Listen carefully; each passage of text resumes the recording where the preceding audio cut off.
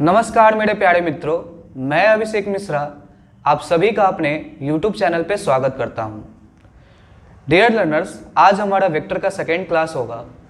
इस क्लास में हम टाइप्स ऑफ वेक्टर्स के बारे में पढ़ेंगे और एडिशन ऑफ वेक्टर्स के बारे में पढ़ेंगे। ठीक है, तो चलो आज का क्लास स्टार्ट करते हैं।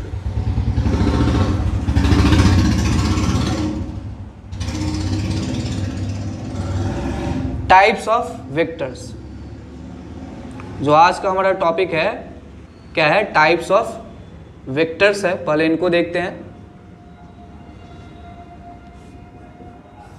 ठीक है, सबसे फर्स्ट टाइप जो है नेगेटिव ऑफ अ वेक्टर, कि नेगेटिव ऑफ अ वेक्टर क्या होता है उसके बारे में जानते हैं। Negative of a vector, negative of a vector का मतलब होता है, जैसे मान लो ये कोई हमारा वेक्टर ए हो गया। ठीक है, ये क्या हो गया? वेक्टर ए हो गया। अब ये देखो वेक्टर ए का ये क्या हुआ? ये हेड हो गया, इसको मान लो टेल। अब ये कोई दूसरा वेक्टर बी है, ये कोई दूसरा वेक्टर बी है। ठीक है, और मैंने क्या बोला कि ये जो दूसरा वेक्टर बी है वो क्या है? वेक्टर ए का नेगेटिव है। इसका मतलब क्या हुआ कि जो वेक्टर बी होगा, ठीक है, मैग्नीट्यूड तो इक्वल होगा। ये हो गया वेक्टर ए, ये हो गया वेक्टर बी, दोनों का मैग्नीट्यूड तो इक्वल होगा, बट डायरेक्शंस क्या होगा? अपोजिट होगा। देख लो जैसे यहां देखो, जैसे आप कि ये हो गया क्या? ये देख लो वेक्टर ए का जिस साइड टेल है उस साइड क्या है? वेक्टर बी का हेड है। ठीक है, ठीक है, और जिस साइड वेक्टर ए का हेड है उस साइड वेक्टर बी का क्या है? टेल है। तो नेगेटिव ऑफ अ वेक्टर का मतलब क्या होता है कि किसी एक वेक्टर को हम दूसरे वेक्टर का नेगेटिव तब बोलते हैं जब क्या हो कि मैग्नीट्यूड तो दोनों वेक्टर का इक्वल हो, बट डायरेक्शन क्या हो? अपोजिट हो। दोनों का डायरेक्शन क्या हो? अपोजिट हो। ठीक है, चलो इसके बारे में लिखना चाहो तो लिख लो। A vector A, a vector B, sorry, a vector B is said to be, a vector b is said to be negative of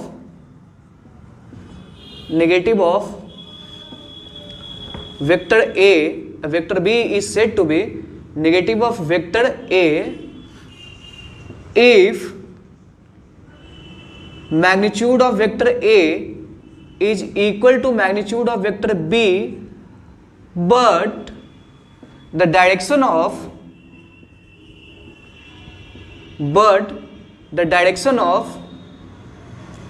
vector b is opposite to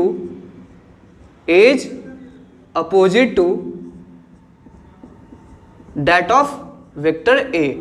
ठीक है, is opposite to that of vector a। ठीक है, कोई vector b को हम किसी vector a का negative तब बोलेंगे जब दोनों वेक्टर का मैग्नीट्यूड तो सेम हो, मतलब magnitude of vector a is equal to magnitude of vector b हो, बट जो डायरेक्शन हो वेक्टर b का वो क्या होना चाहिए? वेक्टर a के अपोजिट होना चाहिए। जैसे मान लो ये कोई वेक्टर a होता, ठीक है, ये मैंने नोट किया, कोई ये वेक्टर a होता। अब इसके अपोजिट मान लो कोई दूसरा वेक्टर नेगेटिव, इसका नेगेटिव अगर हमको ड्रॉ करना होगा तो वो कैसा होगा? ये हो जाएगा वेक्टर b। ठीक है, और हम लोग क्या लिख सकते हैं? Vector b is equal to minus of vector a। ठीक है, vector b is equal to minus of vector a लिख सकते हैं। ठीक है, तो नेगेटिव ऑफ अ वेक्टर, सबसे फर्स्ट वेक्टर के बारे में हमने पढ़ लिया। आप इनको उतार लो। ठीक है, अब चलो दूसरे टाइप के वेक्टर पे आते हैं, सेकेंड टाइप पे आते हैं। ठीक है, वेक्टर का दूसरा टाइप कौन सा होगा? तो इक्वल वेक्टर्स के बारे में पढ़ते हैं कि इक्वल वेक्टर्स क्या होता है। ठीक है, सॉरी टाइप्स ऑफ वेक्टर्स तो अभी हम पढ़ ही रहे हैं, तो ये तो हेडिंग होना ही चाहिए, सॉरी। ठीक है, तो सेकेंड जो हमारा वेक्टर का टाइप है वो क्या है? Equal vectors. क्या है? Equal vectors. इक्वल वेक्टर्स, ठीक है, अब इसके बारे में जान लेते हैं कि इक्वल वेक्टर्स किन वेक्टर्स को बोलते हैं। ठीक है, दो वेक्टर्स को इक्वल तब बोला जाता है, ये मान लो ये वेक्टर ए है, ये वेक्टर बी है, इनको इक्वल तब बोला जाएगा जब दोनों का मैग्नीट्यूड तो सेम हो और साथ साथ डायरेक्शन भी सेम हो। Two vectors are said to be equal if they have same magnitude as well as same directions. देख लो, जैसे ये वेक्टर ए हो गया, ये वेक्टर बी हो गया, इन दोनों का देखो कि ये वेक्टर ए का क्या हो गया, हेड हो गया, ये वेक्टर बी का हेड हो गया, डायरेक्शंस दोनों का देख लो सेम है, और मैग्नीट्यूड भी देखो, दोनों का लेंथ भी देख लो क्या है, सेम है। तो इन दोनों को हम क्या बोलेंगे कि vector A is equal to vector B. ठीक है, डिफिनेशन आप लिखना चाहो तो लिख लो, two vectors A and B are said to be equal, are said to be equal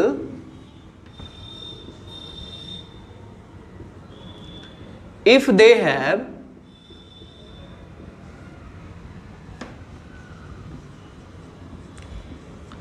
same magnitude, if they have same magnitude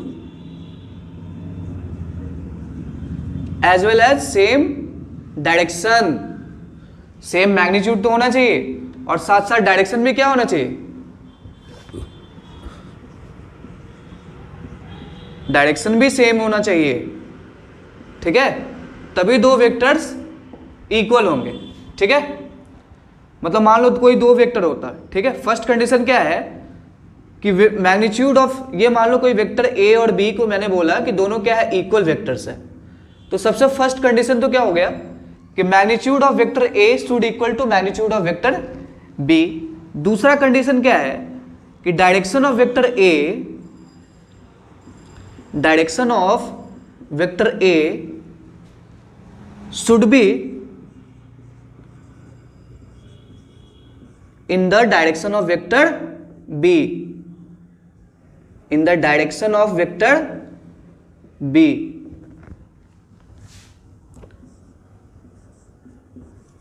कि डायरेक्शन क्या होना चाहिए, डायरेक्शन जो होना चाहिए वो भी क्या होना चाहिए, सेम होना चाहिए। ठीक है, ये ऐसे भी बोल सकते हैं कि direction of vector B should be in the direction of vector A, दोनों सेम बात है। ठीक है, तभी दो वेक्टर्स को इक्वल बोला जाएगा। ठीक है, जैसे मैं एक एग्जांपल लूं आपसे कि ये मान लो मैंने बोला कि vector A is equal to, अगर मान लो मैं लिखता हूं एग्जांपल आप ले लो कि vector A is equal to 2 metre east, मतलब कोई वेक्टर ए है, चलो डिस्प्लेसमेंट बता रहा है, किसी पार्टिकल का डिस्प्लेसमेंट बताया जा रहा है कि वो मान लो 2 मीटर ईस्ट है। दूसरा वेक्टर बी मान लो, वो मैंने बोला 2 मीटर वेस्ट मान लो। ठीक है, अगर मैं तुमसे पूछूं, क्या पूछूं कि क्या ये दोनों वेक्टर्स इक्वल है, क्या वेक्टर ए और वेक्टर बी इक्वल है? ठीक है भाई, तो कैसे हम बताएं कि vector A is equal to B है कि नहीं है, ये पूछ रहा हूं मैं। तो बताने के लिए सबसे पहले क्या देखो कि आप मैग्नीट्यूड को चेक कर लो, मैग्नीट्यूड देख लो कि क्या वेक्टर ए का मैग्नीट्यूड और वेक्टर बी का मैग्नीट्यूड सेम है। तो देखो वेक्टर ए का अगर मैग्नीट्यूड देखो तो वो क्या है, 2 है, 2 मीटर है। ठीक है, और वेक्टर बी का भी मैग्नीट्यूड देखो तो 2 मीटर है, ये 2 मीटर ही है। ठीक है भाई, मैग्नीट्यूड तो सेम है, वेक्टर ए और वेक्टर बी का मैग्नीट्यूड तो सेम है। अब डायरेक्शन पे आते हैं, क्योंकि इक्वल होने के लिए क्या कंडीशन है, डायरेक्शन भी सेम होना चाहिए। तो अगर आप वेक्टर ए का डायरेक्शन देखते हो तो देखो वेक्टर ए का डायरेक्शन क्या है, ईस्ट है, देखो ये क्या है, ईस्ट है। और वेक्टर बी का डायरेक्शन देखो ये क्या है, वेस्ट है। ये तो सेम डायरेक्शन नहीं है भाई, एक तो ईस्ट डायरेक्शन में है, एक तो वेक्टर ए जो है वो तो ईस्ट डायरेक्शन में है, लेकिन वेक्टर बी क्या है, वेस्ट डायरेक्शन में है। तो क्या ये इक्वल है? नहीं, दोनों इक्वल होना चाहिए भाई। तो दोनों तो इक्वल नहीं है, तो ये दोनों वेक्टर्स क्या है, इक्वल नहीं है। चलो ठीक है, तो इक्वल होने के लिए कंडीशंस हमें पता होना चाहिए, क्या होना चाहिए कि मैग्नीट्यूड सेम होना चाहिए और डायरेक्शन भी सेम होना चाहिए। ठीक है, तो ये हो गई इक्वल वेक्टर्स की बात। आप उतार लो इसको, ठीक है, इनको उतार लो आप। ठीक है, उतार लिया। अब मैं रब करूं, चलो ठीक है।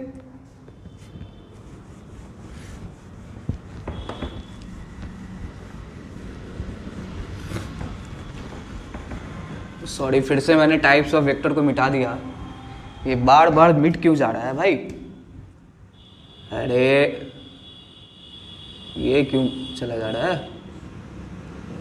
चलो, तो दो टाइप्स तो हमने देख लिया। अब थर्ड टाइप पे आते हैं, ठीक है। थर्ड टाइप में हम लोग किस वेक्टर के बारे में बात करें? को इनिशियल वेक्टर्स। को इनिशियल वेक्टर्स किसको बोलते हैं? चलो, कि थर्ड वेक्टर जो है उनमें हम पढ़ते हैं को initial vectors.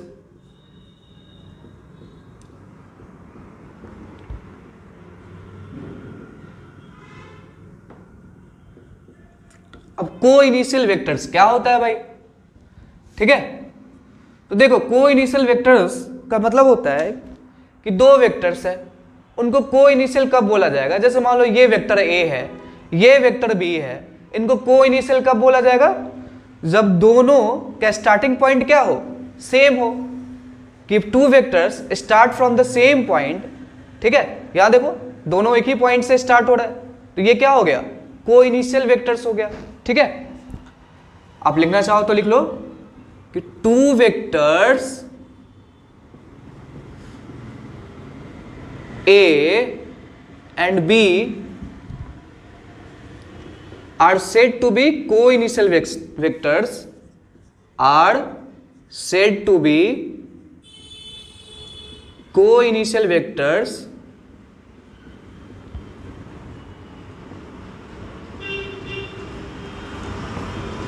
if they start from the same point, if they start from the same point, ठीक है। कि अगर दोनों क्या हो? सेम पॉइंट से स्टार्ट हो रहे हो, ठीक है। जैसे मान लो ये मैंने वेक्टर ए ड्रॉ किया, ये हो गया हमारा वेक्टर ए, ठीक है। ये दूसरा वेक्टर मान लो बी होता, ठीक है। देखो वेक्टर ए और बी सेम पॉइंट से स्टार्ट हो रहा है, इसी पॉइंट से स्टार्ट हो रहा है ना, तो मैं क्या बोलूंगा कि vector A and B are the coinitial vectors. कि A and B are the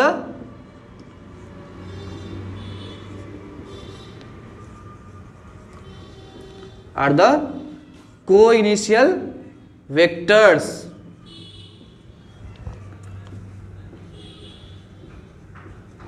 ठीक है, चलो को इनिशियल वेक्टर्स हो गया, ठीक है। आप इनको उतार दो। अब जो नेक्स्ट टाइप है हमारा वो है को प्लानर वेक्टर्स, ठीक है। को प्लानर वेक्टर्स, नाम से ही साफ होगा। को प्लानर, प्लानर का मतलब क्या होता है? प्लानर का मतलब प्लेन। प्लानर का मतलब क्या होता है भाई? प्लेन होता है। तो नाम से ही साफ हो रहा होगा कि अगर दो वेक्टर, दो थ्री और मोर वेक्टर्स, क्योंकि दो वेक्टर तो हमेशा सेम प्लेन में ही होते हैं, थ्री और more vectors are said to be coplanar if they are in the same plane, ठीक है। तो यहां पे हम टू नहीं बोल के, मतलब यहां पे टू नहीं बोलेंगे, यहां पे हम थ्री और मोर बोलेंगे। क्यों थ्री और मोर बोलेंगे? क्योंकि दो वेक्टर्स हमेशा एक प्लेन में ही होता है, ठीक है। Two vectors always lie in the plane, same plane, ठीक है। तो चलो को प्लानर वेक्टर्स के बारे में जानते हैं। को प्लानर वेक्टर्स,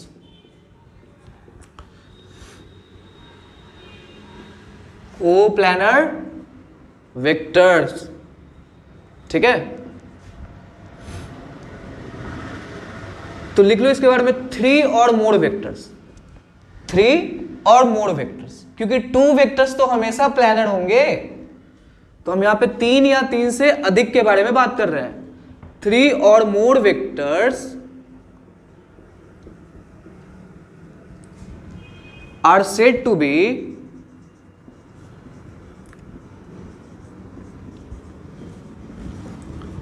co-planar, ठीक है। थ्री और more vectors are said to be co-planar if they are in the same plane, if they are in the same plane,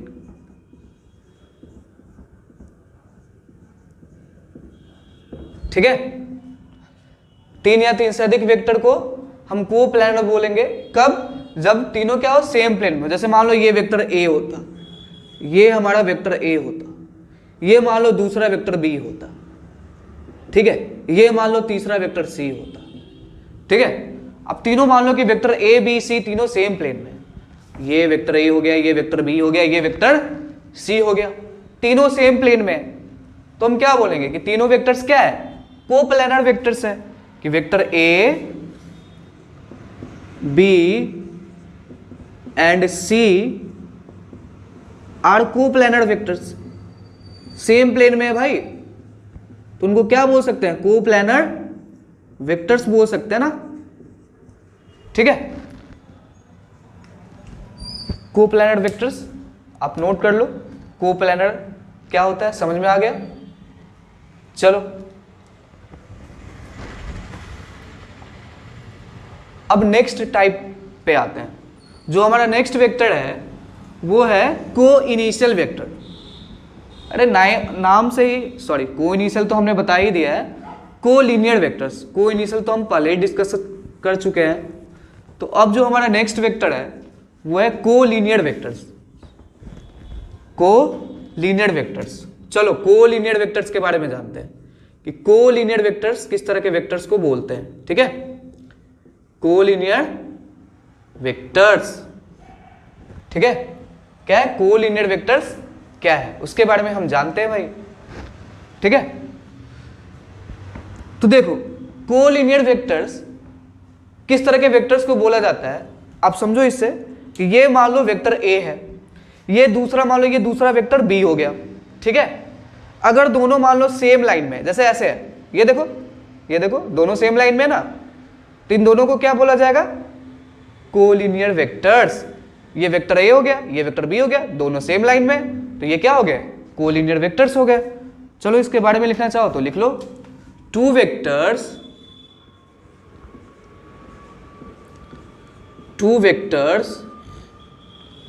are said to be,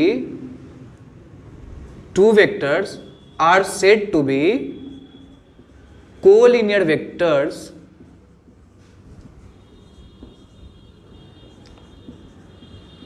if they are in the same line, ठीक है। कि अगर क्या हो, दोनों vector same line में हो तो उनको क्या बोलेंगे हम, कोलिनियर वेक्टर्स बोलेंगे। जैसे मान लो ये हमारा होता है वेक्टर ए, ये क्या हो जाता है वेक्टर ए, ठीक है, और ये मान लो हमारा दूसरा वेक्टर बी होता, ये मान लो दूसरा वेक्टर बी होता, ठीक है। देखो दोनों क्या है, सेम लाइन में, हाँ एकदम सेम लाइन में, थोड़ा सा टेढ़ा हो जाए तो आप सीधा कर लेना, ठीक है। दोनों देखो, दोनों क्या है, सेम लाइन में, तो इन दोनों वेक्टर्स को हम क्या बोलेंगे कि ये दोनों क्या है, vector A and B are the collinear vectors. कि vector A and vector B are the collinear vectors,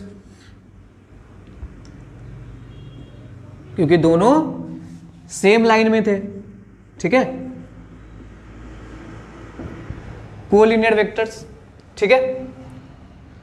अब जो हमारा, आप इनको नोट कर लो, कोलिनियर वेक्टर्स क्या होता है, ठीक है। अब जो हमारा नेक्स्ट वेक्टर है, कौन सा वेक्टर है, गेस करो आप, नल वेक्टर।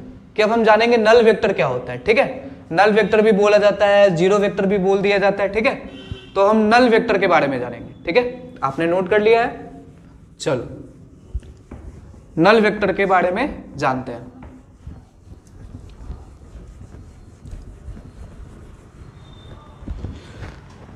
कि नल वेक्टर क्या होता है भाई, देखो नल वेक्टर का मतलब क्या होगा, नल का मतलब क्या हो, कुछ भी नहीं, नल का मतलब क्या होता है, कुछ भी नहीं, ठीक है।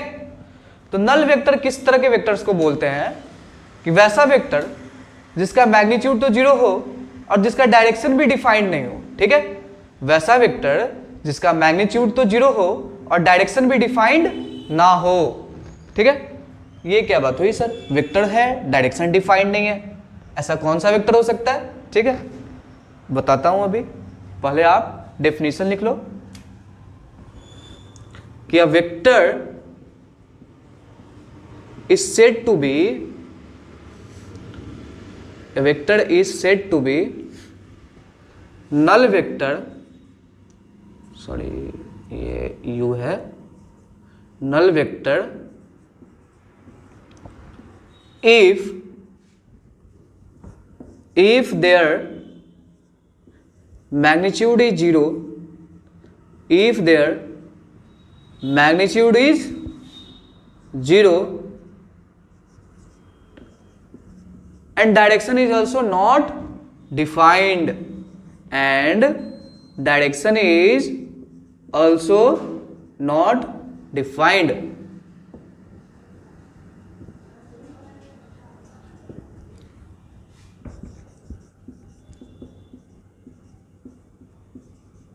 ठीक है, तो इस तरह के वेक्टर को हम क्या बोलते हैं? नल वेक्टर बोलते हैं। जैसे मान लो, समझ लो यार, एक एग्जांपल देख लो। जैसे मान लो ये बोर्ड है, इस बोर्ड में मैंने एक पॉइंट डाल दिया, ये लो, ये एक पॉइंट डाला, ये एक पॉइंट डाला, ठीक है। हालांकि आपको ये पॉइंट बड़ा दिख रहा होगा, बट छोटा सा एक पॉइंट ऐसे लो, ऐसे डाल दो, ठीक है।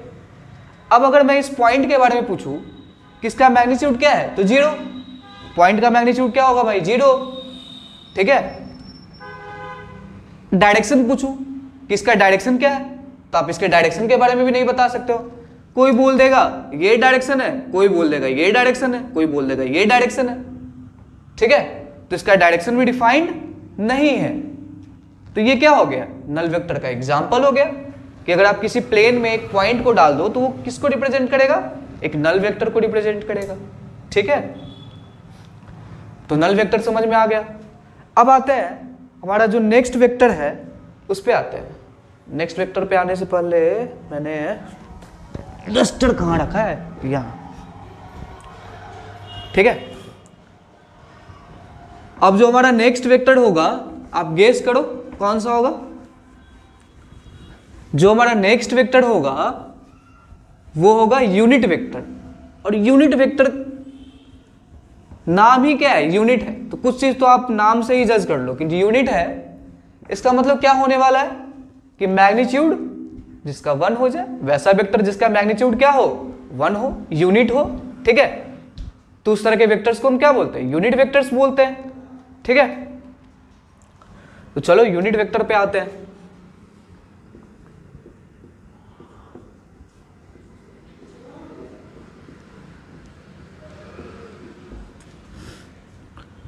कि यूनिट वेक्टर किसको बोलेंगे? कि vector A is said to be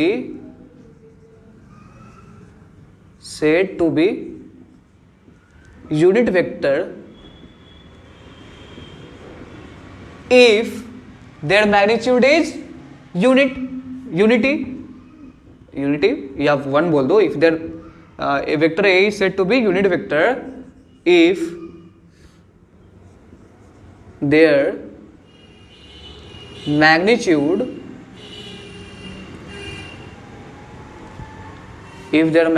is unit, ठीक है। ब्रैकेट में लिख लो 1, ब्रैकेट में ऐसे लिख लो 1, ठीक है, ठीक है। कि वैसा वेक्टर जिसका कि मैग्नीट्यूड क्या हो जाए? 1 हो जाए। तो उस तरह के वेक्टर्स को हम लोग क्या बोलते हैं? यूनिट वेक्टर्स बोलते हैं, ठीक है। यूनिट वेक्टर्स बोलते हैं भाई। अब इसका यूज क्या होता है कि यूनिट वेक्टर क्यों हमारे, और काफी इंपॉर्टेंट वेक्टर होता है, क्यों होता है उसके बारे में जानते हैं अभी कि इसका यूज क्या होता है। यूज इसके मतलब यूनिट वेक्टर का अगर हम यूज जाने, ठीक है, तो it is used to show the direction. It is use to show the direction, ठीक है। अब इस वेक्टर का यूज क्या होगा भाई? तो डायरेक्शन दिखाने के लिए यूज होगा, ठीक है। यूनिट वेक्टर का यूज क्या होगा? तो डायरेक्शन को दिखाने के लिए यूज किया जाता है। और इसको रिप्रेजेंट कैसे किया जाता है? तो रिप्रेजेंट करने का तरीका देख लो। इसको रिप्रेजेंट हम लोग ऐसे करते हैं, इट इज रिप्रेजेंटेड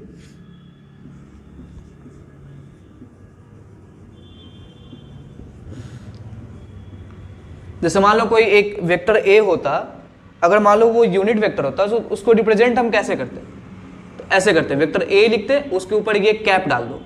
देखो वेक्टर ए लिखा है मैंने, उसके ऊपर ये क्या करो, कैप डाल दो। एरो ना डाल के आप क्या करो, कैप को डाल दो। जैसे ही कैप कोई भी आदमी अगर कैप को देखेगा, ठीक है, तो वो समझ जाएगा क्या है कि ये यूनिट वेक्टर को रिप्रेजेंट कर रहा है। ठीक है, तो चलो यूनिट वेक्टर हो गया। अब मैथमेटिकली इसको थोड़ा जान लेते हैं कि इसका डिफिनेशन का मतलब क्या होता है। ठीक है, कि कोई भी वेक्टर यूनिट वेक्टर कब हो जाता है भाई। ठीक है, तो यूनिट वेक्टर कब हो जाता है उसको जानते हैं। ठीक है, तो इसको डिफाइंड ऐसे किया जाता है, मतलब ये मान लो ये वेक्टर ए है, ये यूनिट कैसे हुआ होगा। ठीक है, मतलब यूनिट वेक्टर का मतलब क्या होता है उसको जान लेते हैं। इसका मतलब क्या होता है कि कोई वेक्टर ए है, अगर आप उसको क्या करो, उसी के मैग्नीट्यूड से डिवाइड मार दो। कोई वेक्टर ए है, आप उसको क्या करो, उसी के मैग्नीट्यूड से डिवाइड मार दो, तो वेक्टर क्या हो जाएगा, यूनिट वेक्टर हो जाएगा। ठीक है, नोट कर लो, आप नोट कर लो कि यूनिट वेक्टर्स क्या होता है। इसके बारे में हम आगे और अच्छे से पढ़ेंगे जब हम थोड़ा सा कोऑर्डिनेट्स के बारे में बताएंगे, कार्टेशियन कोऑर्डिनेट्स के बारे में, कि कार्टेशियन कोऑर्डिनेट्स में के लॉन्ग में हम कैसे, मतलब एक्स वाई जेड एक्सिस में कैसे वेक्टर्स को, यूनिट वेक्टर्स को कैसे रिप्रेजेंट करते हैं, तो आगे और डिटेल्स में पढ़ेंगे। ठीक है, यूनिट वेक्टर्स के बारे में बस अभी हम जान लेते हैं डिफिनीशन क्या होता है, इसका मैथमेटिकली मीनिंग क्या होता है। ठीक है, तो उनको आप जान चुके हो। ठीक है, मतलब यूनिट वेक्टर का मतलब क्या हो गया कि अगर किसी वेक्टर को आप क्या करो कि उसी के मैग्नीट्यूड से डिवाइड कर दो, तो वो वेक्टर क्या कहलाएगा, यूनिट वेक्टर कहलाएगा। ये हो गया, ये यूनिट वेक्टर, ये रिप्रेजेंट ऐसे करते हैं कि ये वेक्टर होता, इसको मान लो आपने इसी के मैग्नीट्यूड से क्या कर दिया, डिवाइड कर दिया, तो इसी वेक्टर को हम क्या बोलेंगे, यूनिट वेक्टर बोलेंगे। ठीक है, यूनिट वेक्टर समझ में आ गया भाई।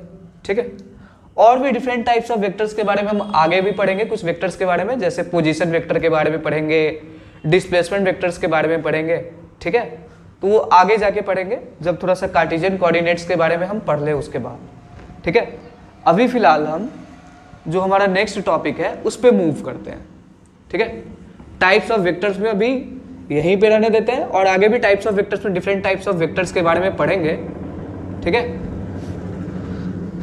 ठीक है, अब हमारा जो नेक्स्ट टॉपिक है, कि मैंने बोला था जब मैं वेक्टर को स्टार्ट किया था, जब आप वेक्टर का जो फर्स्ट लेक्चर देखोगे, तो मैंने क्या बोला था कि जो वेक्टर होता है, मतलब वेक्टर क्वांटिटी के बारे में क्या बताया था कि वैसे क्वांटिटीज जिसका मैग्नीट्यूड तो हो, साथ साथ डायरेक्शन भी हो, और उनको ऐड करने के लिए क्या करना होता है, हमें स्पेशल टेक्निक का यूज करना पड़ता है। ठीक है, स्पेशल टेक्निक आना चाहिए, तभी हम वेक्टर को ऐड कर सकते हैं। ठीक है, अब उसी स्पेशल टेक्निक को हम लोग क्या बोलते हैं, वेक्टर लॉ ऑफ एडिशन बोलते हैं।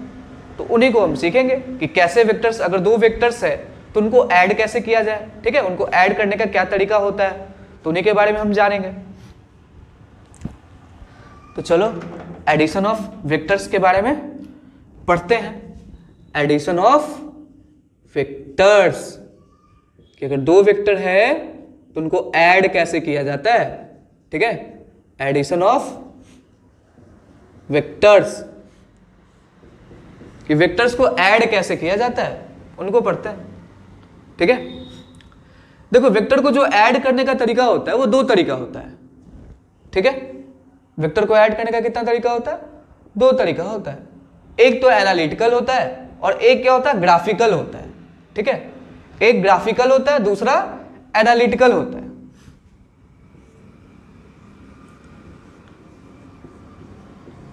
एक जो तरीका होता है वो होता है ग्राफिकल, ठीक है, और दूसरा जो होता है वो क्या होता है, वेक्टर को ऐड करने का जो ये तरीका हो गया, दो तरीका, एक तो ग्राफिकल हो गया, दूसरा क्या हो गया, एनालिटिकल हो गया। एनालिटिकली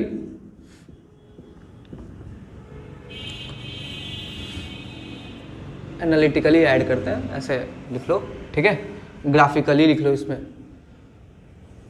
ठीक है, अब जो ग्राफिकली ऐड करने का तरीका होता है उसमें हम लोग 3 मेथड्स को पढ़ेंगे। बेसिकली ग्राफिकली किसी भी वेक्टर्स को ऐड करने का 3 मेथड्स होता है, उन्हीं को पढ़ेंगे। जो फर्स्ट होता है वो होता है हमारा triangle law of vector addition. क्या होता है? Triangle law. ट्रायंगल लॉ भी बोल के हम काम चला सकते हैं। Triangle law of vector addition बोल दो तो भी वही बात हुआ, ट्रायंगल लॉ बोलो तो भी वही बात हुआ। ठीक है। जो सेकेंड लॉ पढ़ेंगे वो कौन सा होगा? Parallelogram law. Parallelogram, parallelogram, parallelogram law of vector addition.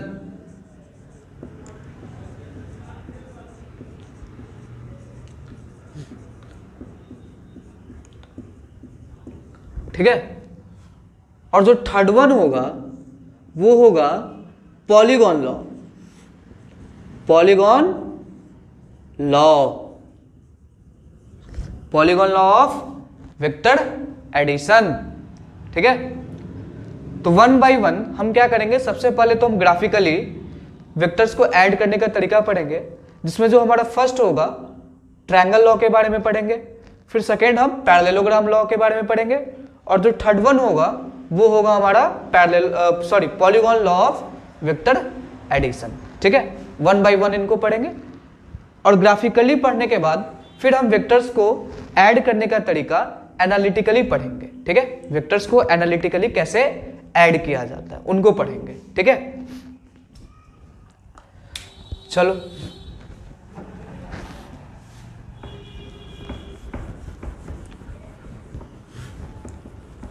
तो जो टॉपिक्स हम पढ़ने जा रहे हैं वो क्या है? Triangle law. ट्रायंगल लॉ बहुत सिंपल सा लॉ है, नाम भी सिंपल है ट्रायंगल, और लॉ भी बहुत सिंपल है भाई। देखो ट्रायंगल लॉ। ठीक है।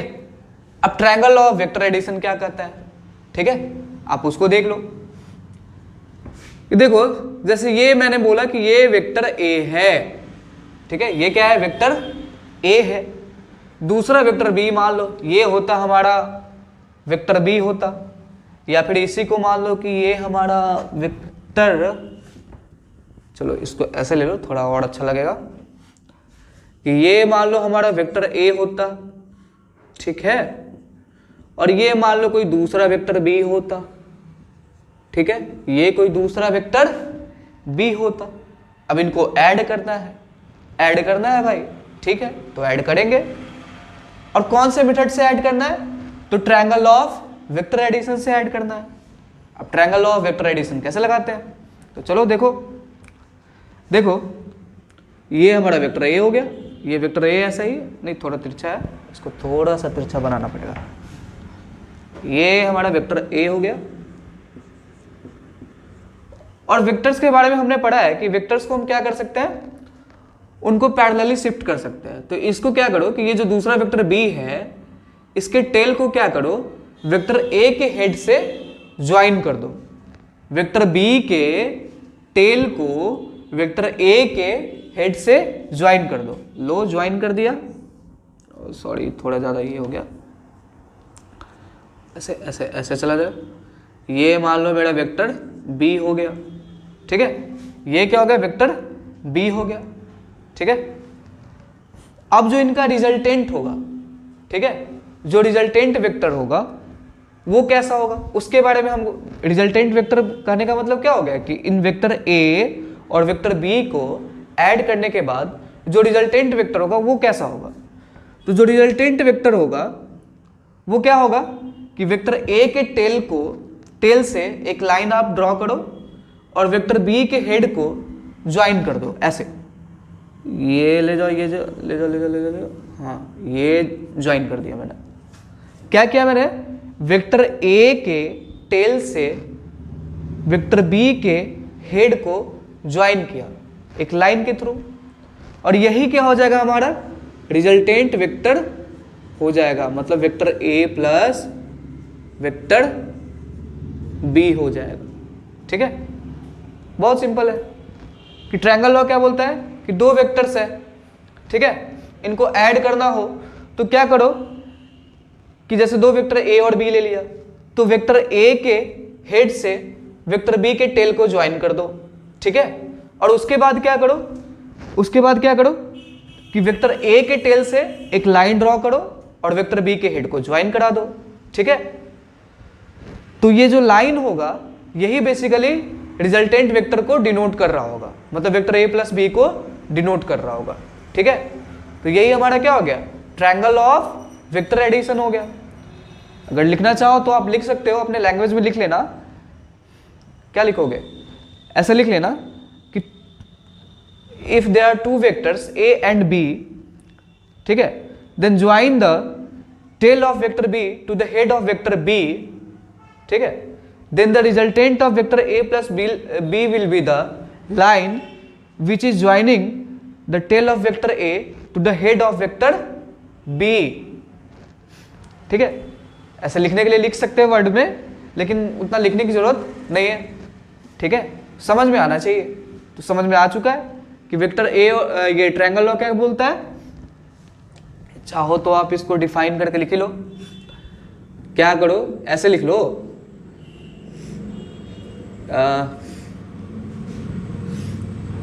वेक्टर ए से, वेक्टर ए के हेड से, सॉरी, वेक्टर ए के हेड से वेक्टर बी के टेल को ज्वाइन कर दो, वेक्टर बी के टेल को ज्वाइन कर दो। मैनेज कर लेना आप, राइटिंग मेरा थोड़ा खराब है। वेक्टर बी के टेल को ज्वाइन कर दो, ठीक है। चलो ज्वाइन कर दिया, ठीक है। तो सबसे पहले क्या करो कि दो वेक्टर ए और बी पता था, अब क्या करो, वेक्टर ए के हेड से वेक्टर बी के टेल को ज्वाइन कर दो, कर दिया, ठीक है। तो वेक्टर ए, तो वेक्टर ए के टेल से वेक्टर ए के टेल को और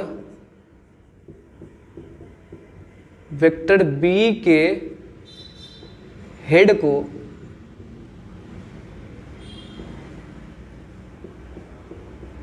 ज्वाइन करने वाला लाइन दिखाई तो दे रहा है ना, ज्वाइन करने वाला लाइन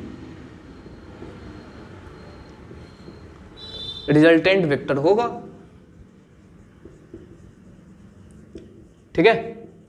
लिख लेना आप, इसको इंग्लिश में कन्वर्ट कर लेना, कोई बड़ी बात नहीं है, ठीक है, समझ में आना चाहिए। आप चाहो तो मैं भी लिख सकता हूं, ठीक है, कि join the head of vector A to the tail of sorry, कि join the vector join the tail of vector B to the head of vector B, ठीक है। Then the line which is joining the tail of vector A to the head of vector B will be the resultant vector, ठीक है। यही हमारा क्या हो गया, resultant vector हो गया, ठीक है। नोट कर लो आप, नोट कर लो, अपने लैंग्वेज में लिख देना, अरे किसी भी लैंग्वेज में लिख दो, क्या फर्क पड़ता है, कॉन्सेप्ट समझ में आनी चाहिए, लैंग्वेज मैटर नहीं करती। बट एग्जाम में ऐसे मत लिख देना, एग्जाम में तो हमें, अगर आप हिंदी में लिखते हो तो पूरा हिंदी लिखना, इंग्लिश लिखते हो तो पूरा इंग्लिश, ऐसा नहीं कि कॉन्सेप्ट वहां पे समझाने लगना, ठीक है। अब इरेज करूं, चलो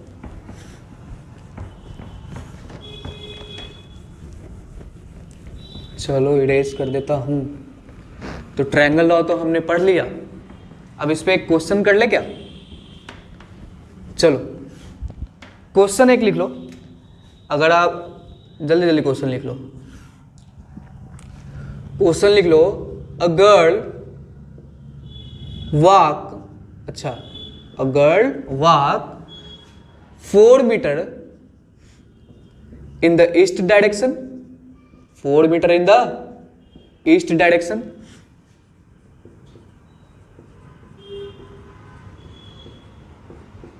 then she takes a left turn, then she takes a left turn, ठीक है।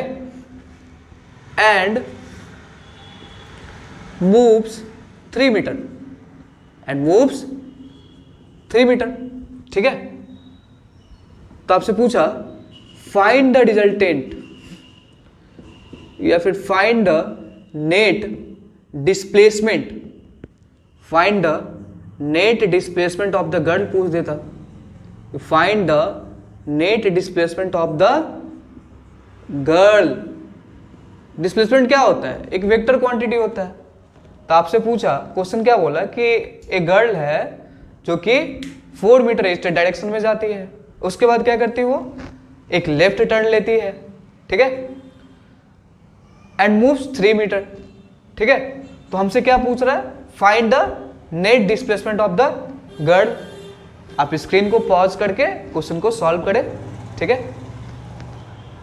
अब मैं सॉल्यूशन दूं, अब मैं इसका सॉल्यूशन दूं क्या? चलो सॉल्यूशन देख लो इसका। क्वेश्चन आपने देख लिया, अब इसका सॉल्यूशन देख लो।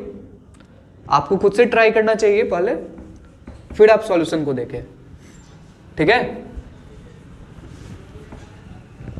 चलो सॉल्यूशन देखो। ये हमारा मान लो ये हो गया भाई साहब, ये ऊपर क्या होती है? नॉर्थ, नीचे साउथ, ये ईस्ट, ये वेस्ट। चलो अब क्वेश्चन पे आते हैं। क्वेश्चन क्या बोला था कि एक गर्ल है जो कि 4 मीटर ईस्ट डायरेक्शन में जाती है। हाँ यही क्वेश्चन था। चलो ठीक है, तो गर्ल 4 मीटर ईस्ट डायरेक्शन में गई। चलो इस पॉइंट पे आई। अब इसको मान लो ये कोई एक वेक्टर होता, ये मान लो ये वेक्टर ए होता, ठीक है, 4 मीटर, और then she takes a left turn. अब इस डायरेक्शन में आप घूम जाओ और देखो कि आपका लेफ्ट हैंड किस डायरेक्शन को दिखा रहा, ठीक है। इस डायरेक्शन में आप घूम जाओ और लेफ्ट हैंड को देखो। जैसे मेरा तो लेफ्ट हैंड भाई नॉर्थ को दिखा रहा है, आप अपना देख लेना, ठीक है। तो चलो नॉर्थ डायरेक्शन में वो गई फिर, और नॉर्थ डायरेक्शन में कितना मूव की? तो 3 मीटर। तो ये पता है हमें कितना कि ये 3 मीटर, ठीक है। अब नेट डिस्प्लेसमेंट पूछ रहा है मेरे से कि नेट डिस्प्लेसमेंट क्या होगा। तो नेट डिस्प्लेसमेंट क्या होता है? डिस्प्लेसमेंट क्या होता है? इनिशियल पॉइंट से फाइनल पॉइंट को ज्वाइन करने वाला लाइन, ठीक है। अब देखो कि ये तो इनिशियल पॉइंट होता था, ये फाइनल पॉइंट, इनको ज्वाइन करने वाला लाइन कौन सा होता है? यही तो होता। अरे यही तो होता। हाँ ठीक है, तो इसी के बारे में हमसे पूछ रहे हैं कि ये क्या होगा, नेट क्या होगा, ठीक है। अच्छा इसको मैंने वेक्टर ए बोला। अब ये मान लो ये जो होता तुम्हारा वेक्टर बी को रिप्रेजेंट करता, तो ये देखो ये वेक्टर ए का हेड हो गया, ये वेक्टर बी, इसका ये देखो कि वेक्टर बी का टेल जो है वेक्टर ए के हेड से क्या है? ज्वाइंट है। वेक्टर बी, ये वेक्टर बी हो गया इस डायरेक्शन में, नॉर्थ डायरेक्शन में। तो वेक्टर बी का देखो क्या है कि टेल जो है वेक्टर ए के हेड से ज्वाइंट है, ठीक है। तो यहाँ पे हम क्या बोल सकते हैं कि ट्रायंगल लॉ लगा सकते हैं कि रिजल्टेंट क्या हो जाएगा? ये वेक्टर ए प्लस बी होगा। अब ये कैसे निकालेंगे रिजल्टेंट? तो आप सब ने क्लास 7-8 में पढ़ा होगा पाइथागोरस थ्योरम। ये देखो ये क्या बन रहा है?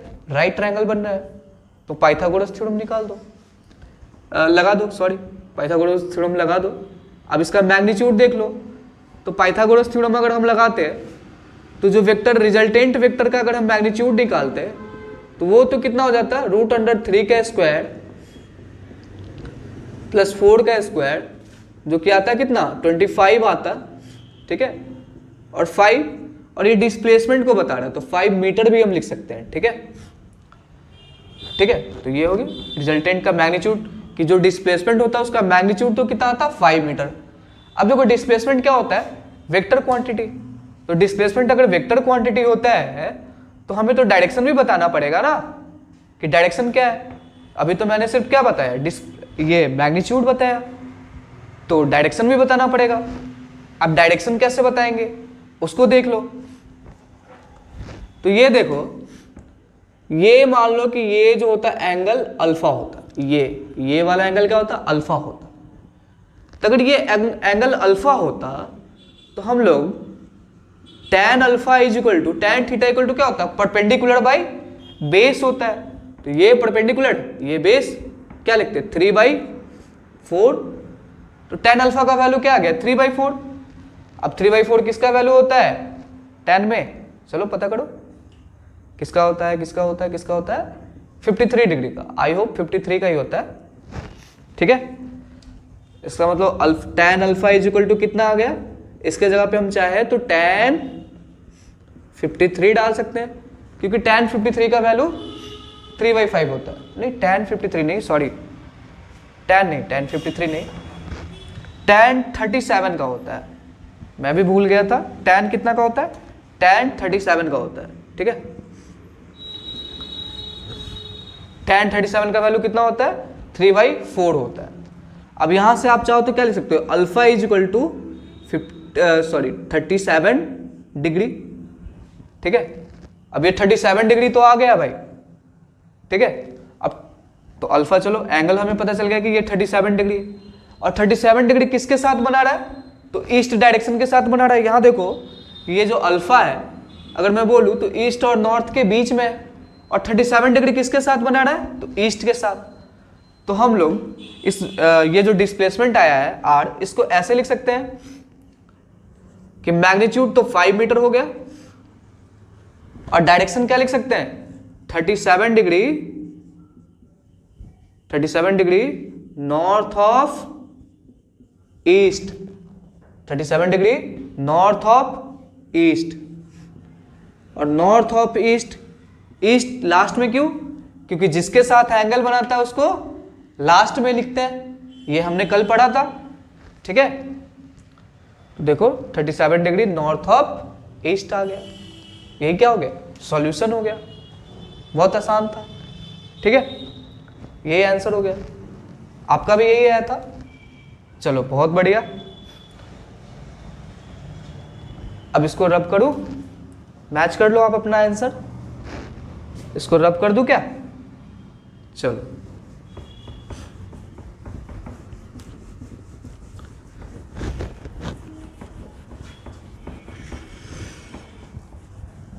ठीक है।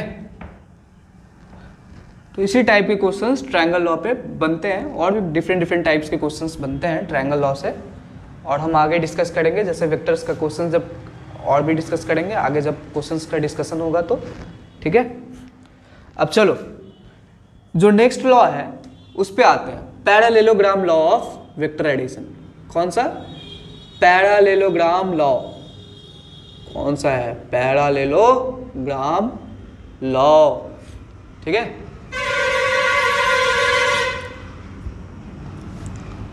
अब देखो parallelogram law of vector addition क्या बोलता है कि देखो दो वेक्टर है, ये मान लो वेक्टर ए है, ये मान लो वेक्टर बी है। अब इन दोनों को ऐड करना है, ठीक है, इन दोनों को ऐड करना है। तो ऐड करने का एक तरीका तो हमने सीखा, triangle law of vector addition, लेकिन दूसरे तरीके से अगर ऐड करना हो तो कैसे कर सकते हैं, ठीक है। दो वेक्टर्स है, एक वेक्टर ए है, दूसरा वेक्टर बी है, इनको ऐड करना है और रिजल्टेंट बताना है, ठीक है।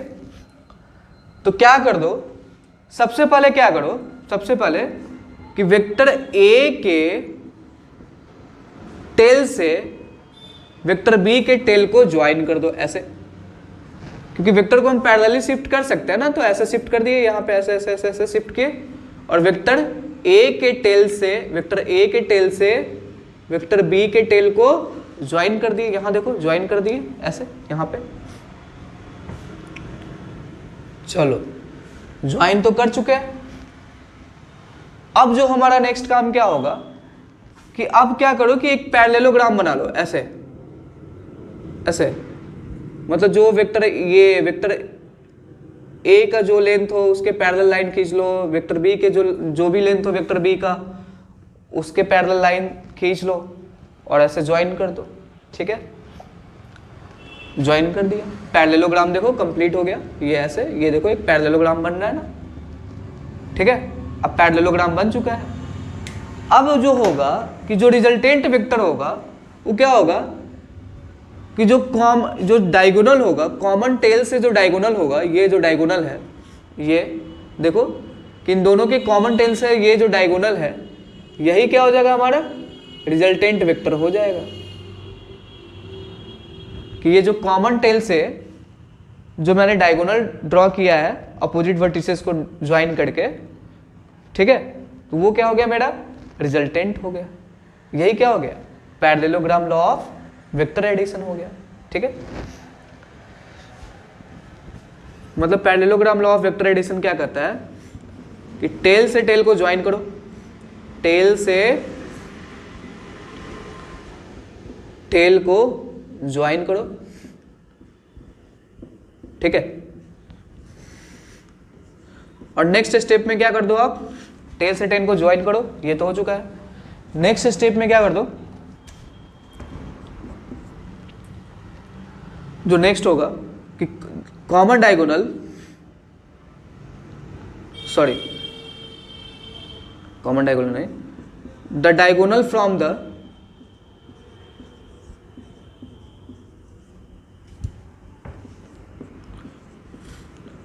diagonal from the common tail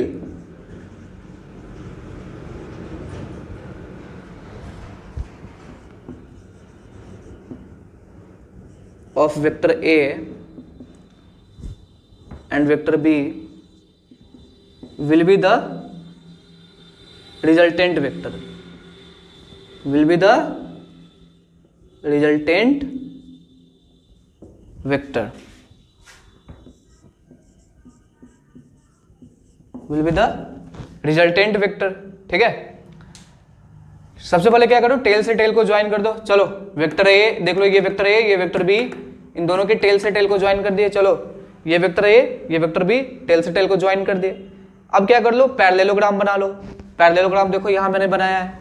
अब देखो कि इन दोनों वेक्टर के जो कॉमन टेल है उससे मैंने क्या किया, डायगोनल को ड्रॉ किया। ऐसे देख लो, ऐसे ऐसे देख लो कि उनसे मैंने क्या किया कि डायगोनल, एक कॉमन डायगोनल ऐसे ड्रॉ किया। ठीक है, कॉमन टेल से मैंने डायगोनल को ड्रॉ किया और वही डायगोनल क्या हो जाएगा हमारा, ये जो डायगोनल है ये बेसिकली किसको रिप्रेजेंट करेगा, तो रिजल्टेंट को रिप्रेजेंट करेगा। ठीक है, तो यही क्या हो गया, parallelogram law of vector addition हो गया। क्या हो गया, parallelogram law of vector addition हो गया। ठीक है, चलो parallelogram law of vector addition तो हो गया।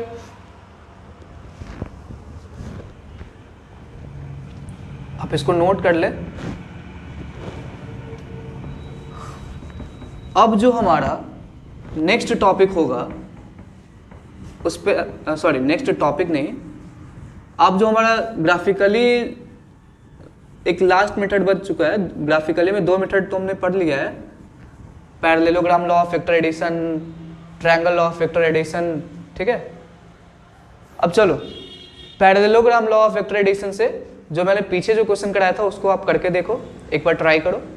वैसे मैं कराता हूं लेकिन एक बार आप ट्राई करो कि कैसे वैसे करेंगे। ठीक है, कि देखो पहले तो हम नॉर्थ साउथ ये डायरेक्शन ड्रॉ कर लेते हैं। नॉर्थ हो गया, ये साउथ हो गया, ये ईस्ट हो गया, ये वेस्ट हो गया। ठीक है, अब लड़की क्या थी, लड़की ईस्ट में कितना गई थी, 4 मीटर गई थी भाई। लड़की 4 मीटर ईस्ट में गई थी, 4 मीटर ही गई थी ना, हाँ 4 मीटर गई थी। चलो मान लो ये पॉइंट होता, ये ऐसे 4 मीटर ईस्ट में गई। फिर उसके बाद then she takes a left turn, ऐसे ली थी ना, लेफ्ट टर्न ऐसे ली थी ना, और कितना चली थी, तो 3 मीटर, 3 मीटर चली थी।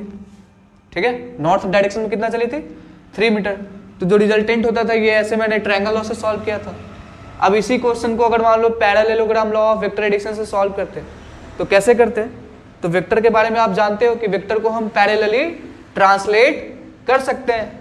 तो मैंने क्या किया, इस वेक्टर को पैरेलली ट्रांसलेट करके यहाँ ले आया और क्या किया कि इसको मान लो ये वेक्टर ए, इसको मान लो कि इसको वेक्टर ए कंसीडर कर लेते हैं और इसको वेक्टर बी कंसीडर कर लेते।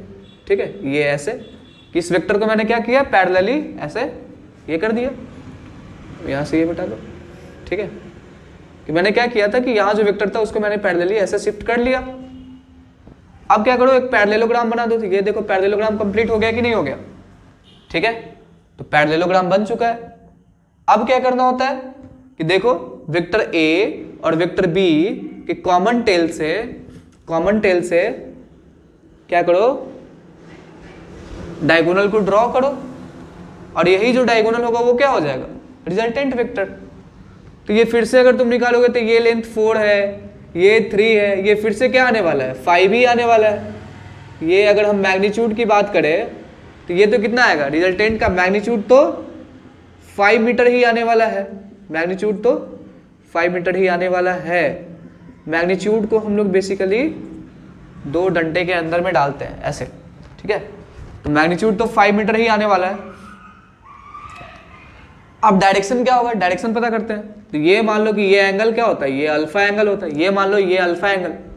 तो फिर से वही बात, tan alpha perpendicular by base, ये परपेंडिकुलर ये बेस 3/4, तो अल्फा फिर से 37 डिग्री। तो रिजल्टेंट वेक्टर अगर हम लिखते हैं तो लिखते क्या, vector R is equal to 5 metre 37 degree. और देखो किसके साथ ही 37 डिग्री बना रहा है, तो फिर से ईस्ट डायरेक्शन के साथ। तो नॉर्थ और ईस्ट के बीच में बन रहा है, लेकिन बना किसके साथ रहा है, ईस्ट, इसलिए ईस्ट को लास्ट में रखेंगे, ठीक है। तो पैरेललोग्राम लॉ से ऐसे ही सॉल्व करते हैं। बस मैंने क्या किया कि यहाँ जो वेक्टर था उसको पैरेलली शिफ्ट कर दिया, ऐसे टेल से टेल को ज्वाइन कर दिया, और कुछ नहीं किया है। यही क्या हो गया, parallelogram law of vector addition हो गया। पीछे वाले क्वेश्चन को हमने parallelogram law of vector addition से सॉल्व कर लिया, ठीक है। तो ये तो थी कि 2 वेक्टर्स को ऐड करने का तरीका, ठीक है, आप नोट कर लो। अब चलो, नोट कर लिया।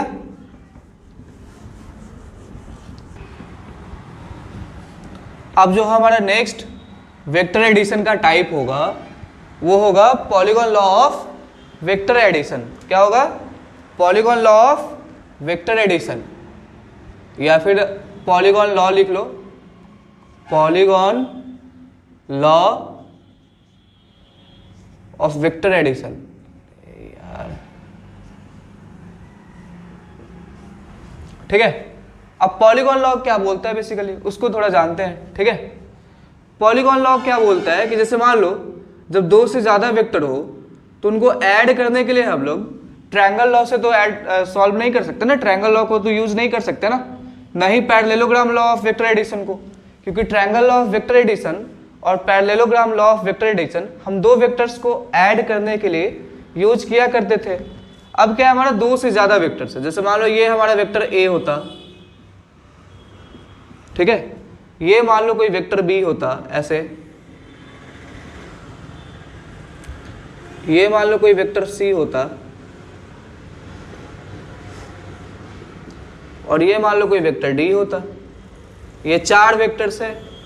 अब इनको क्या करना है, ऐड करना है कि vector A plus B plus C plus D क्या होगा, हमें क्या है, रिजल्टेंट निकालना है, ठीक है।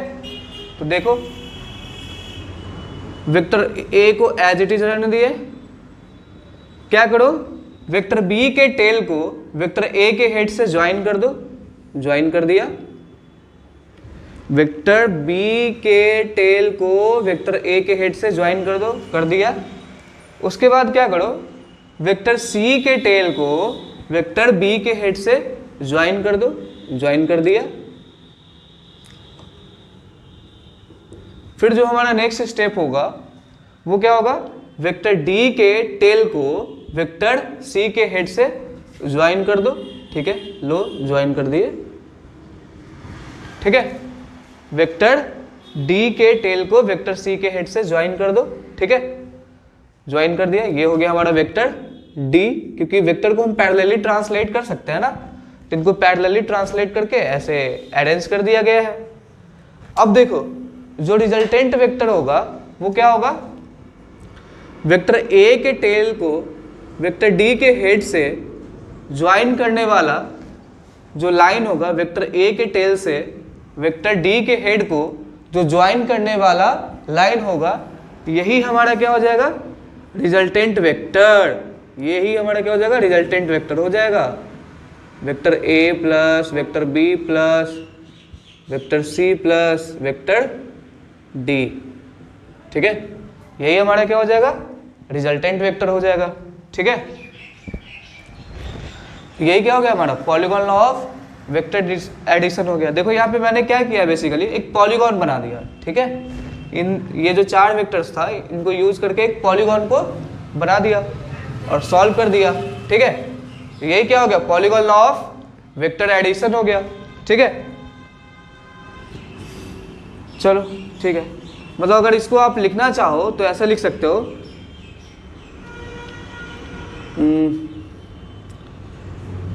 The line joining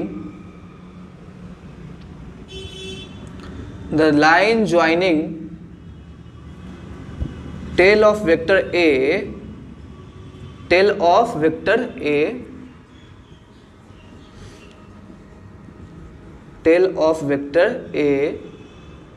to the head of vector, या टेल ऑफ वेक्टर A ना लिख के टेल ऑफ इनिशियल वेक्टर लिख लो, ज़्यादा बढ़िया होगा। The line joining the tail of initial vector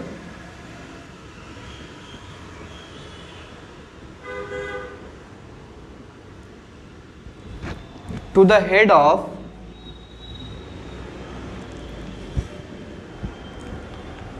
final vector, to the head of final vector will be the resultant vector,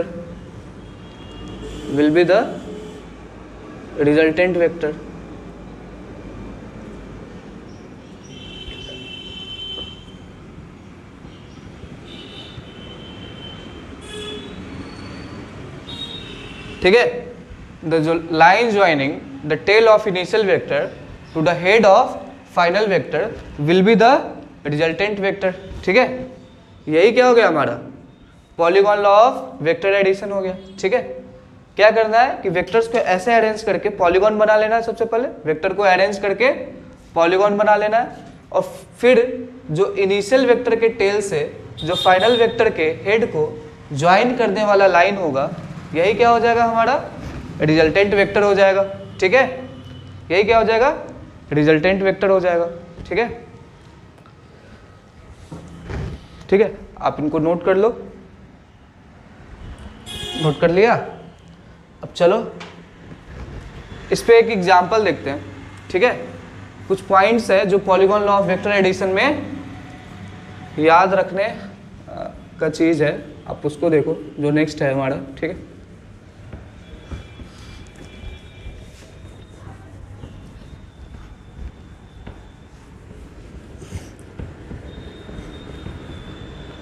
अब देखो, अगर मान लो कोई 4 वेक्टर्स ऐसे दिया होता, ठीक है। ये कोई वेक्टर A होता, ये कोई मान लो दूसरा वेक्टर B होता, ऐसे, ठीक है। ये वेक्टर C होता, ये वेक्टर D होता, ठीक है। ये 4 वेक्टर्स ऐसे दिया होता। अब मान लो तुमसे बोला होता कि magnitude of vector A is equal to magnitude of vector B है, is equal to magnitude of vector C है, is equal to magnitude of vector D है। और अगर आपसे पूछ दिया होता कि बताओ कि रिजल्टेंट वेक्टर क्या होगा, तो फिर से क्या करो, देखो 4 वेक्टर से 2 से ज़्यादा वेक्टर्स है, तो फिर से क्या करो, polygon law of vector addition लगाओ। वेक्टर A को एज इट इज रहने दिया, वेक्टर B के हेड को, सॉरी वेक्टर B के टेल को वेक्टर A के हेड से ज्वाइन कर दिया। फिर नेक्स्ट स्टेप में वेक्टर C के टेल को वेक्टर B के हेड से ज्वाइन कर दिया, ऐसे। फिर हमारा जो नेक्स्ट स्टेप होगा उसमें क्या होगा, वेक्टर D के टेल को वेक्टर C के हेड से ऐसे ज्वाइन कर दिया गया है, ठीक है। देखो ऐसे ज्वाइन करने पे क्या हो रहा है कि ये क्लोज्ड पॉलीगॉन हो जा रहा है, ठीक है।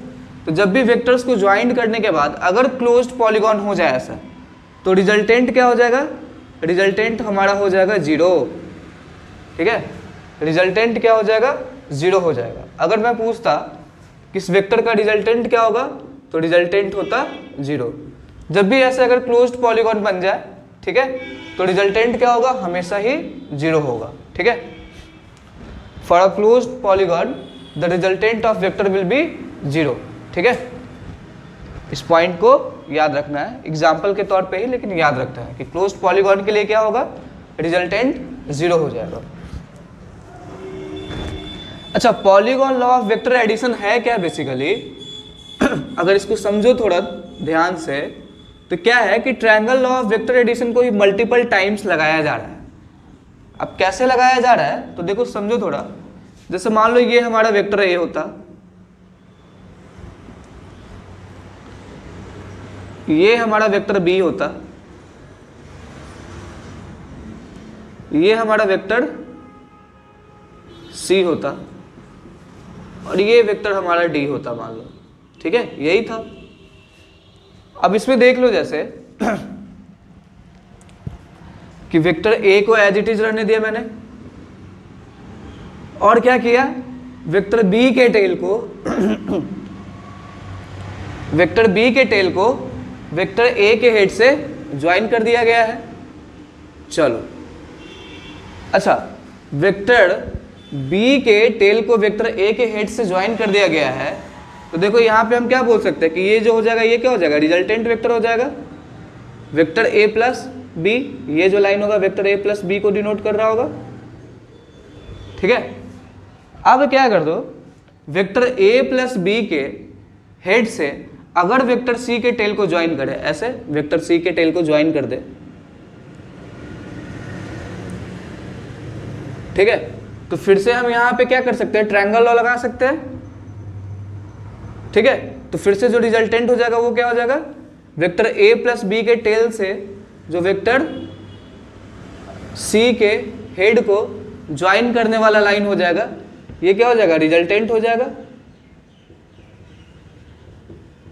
ठीक है, अब फिर नेक्स्ट स्टेप में क्या कर दो, वेक्टर डी के टेल को vector A plus B plus C के हेड से ज्वाइन कर दो। ठीक है, ये लो ज्वाइन कर दिया। ठीक है, अब फिर से देखो कि vector A plus B plus C और वेक्टर डी में क्या हम ट्रायंगल ऑफ वेक्टर एडिशन को नहीं लगा सकते? बिल्कुल लगा सकते हैं। तो फिर से क्या कर दो, ये जो लाइन हो जाएगा तुम्हारा, ये vector A plus B plus C और वेक्टर डी का रिजल्टेंट हो जाएगा। ट्रायंगल लॉ मैंने फिर से लगा दिया यहाँ पे, तो यही क्या होगा, हमारा फाइनल रिजल्टेंट हो जाएगा, जो vector A plus B plus C plus D है। ठीक है, देखो तो polygon law of vector addition में क्या किया जाता है, triangle law of vector addition को ही क्या किया गया है, मल्टीपल टाइम्स लगाया गया है। देखो जैसे मैंने यहाँ पे 4 वेक्टर लिया, तो एक बार यहाँ लगाया ट्रायंगल लॉ को, फिर से दूसरे बार यहाँ पे लगाया, फिर तीसरे बार यहाँ पे लगाया, तो वही क्या हो गया, हमारा रिजल्टेंट हो गया।